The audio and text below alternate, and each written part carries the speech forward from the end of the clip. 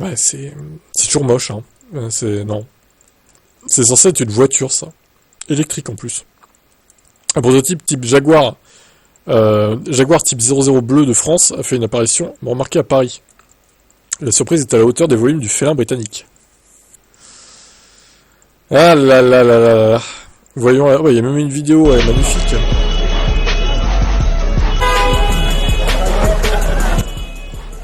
Ça nous hurle dans les oreilles.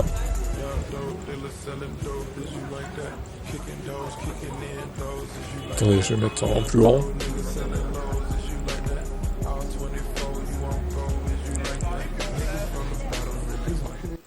Les gens semblent très interloqués en tout cas. Hein. Tu m'étonnes.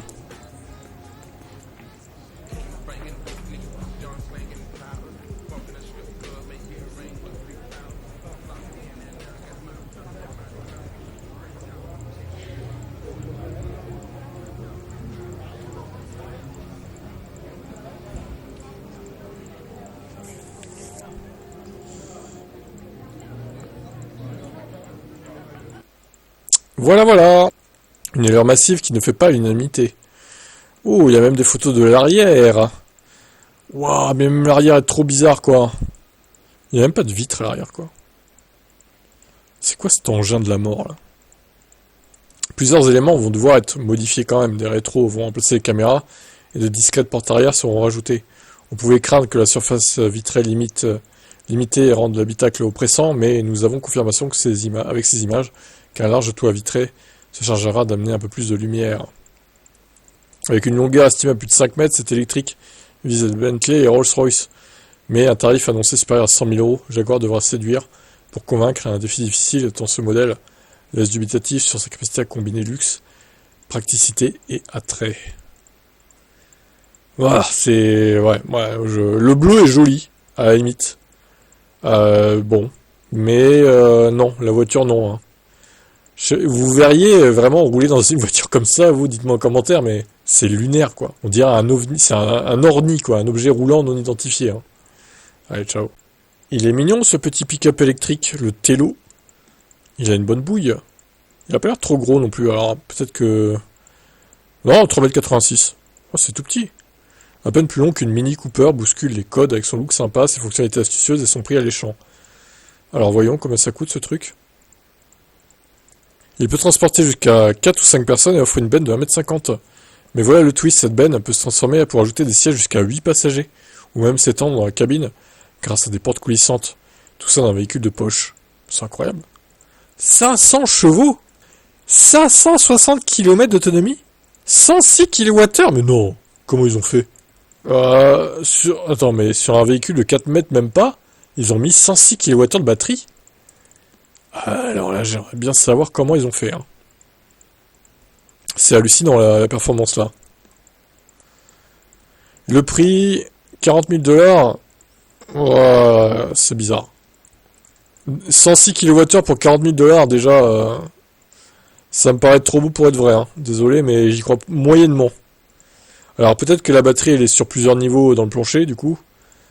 Ils ont mis en gros 52 kWh x 2. On remarque la R5, elle peut bien obtenir 52 kWh aux mêmes dimensions. Donc en vrai, si c'est sur 2 étages, peut-être qu'ils ont fait comme ça, j'en sais rien, mais ça me paraît quand même bizarre, hein, qu'il rentre autant de batterie là-dedans.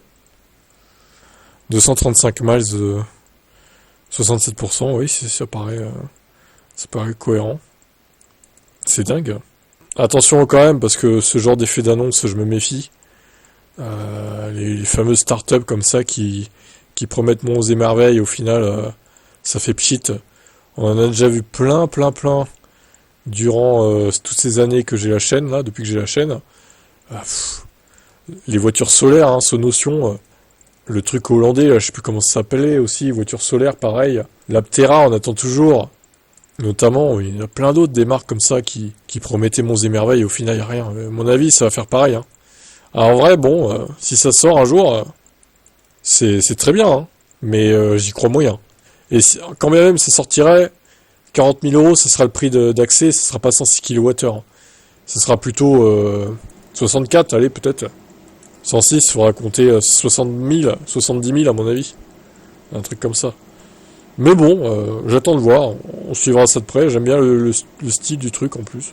C'est modulable et tout, donc sympathique. J'attends de voir si ça sortira un jour. Hein. Ciao. Alors, ID3 pourrait avoir une batterie plus légère, moins dense, peut-être du LFP du coup, pour baisser le prix de la voiture.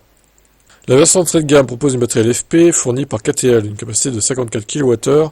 Elle promet 451 km CLTC. Donc en gros, t'enlèves 100 bornes, donc 350 WLTP quoi. Putain, la charge par contre, c'est catastrophique. Le 30, c'est même pas le 10, hein. C'est le 30 à 80% en 48 minutes pour 54 kWh. Mais c'est... Oh là là, même le Niro fait mieux. Faut le faire, hein. Il est lent, hein, le Niro, hein. Mais là, c'est trop là quand même. C'est trop la longueur. Le prix de base reste fixé à 15 300 €. Volkswagen a sans doute voulu profiter de l'effet de nouveauté. Elle se garde la possibilité de baisser les prix ultérieurement avec la guerre des prix qui se plonge en Chine. La batterie LFP n'est pas encore annoncée en Europe, où elle aiderait à faire baisser le prix de la version de base. Assez curieusement, l'ID3 propose en Chine une batterie 52,8 type NMC au même tarif, avec un gain de 6 minutes pour la charge de 30 à 80%.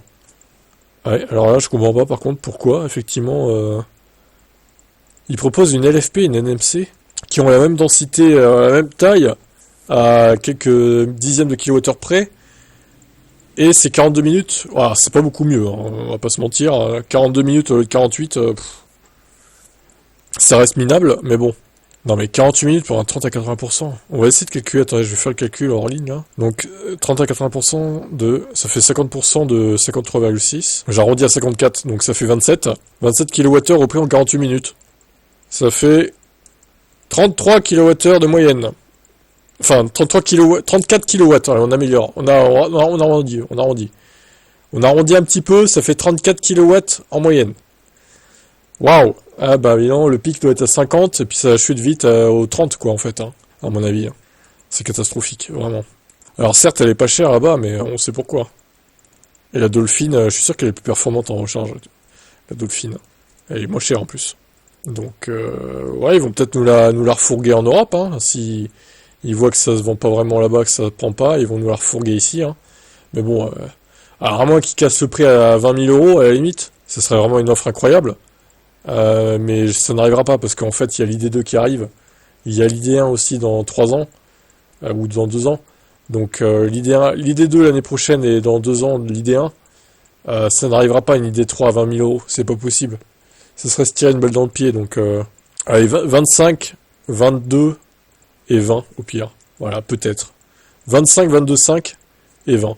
Voilà peut-être les tarifs des prochaines ID 3, 2 et 1. On verra bien. Allez, ciao.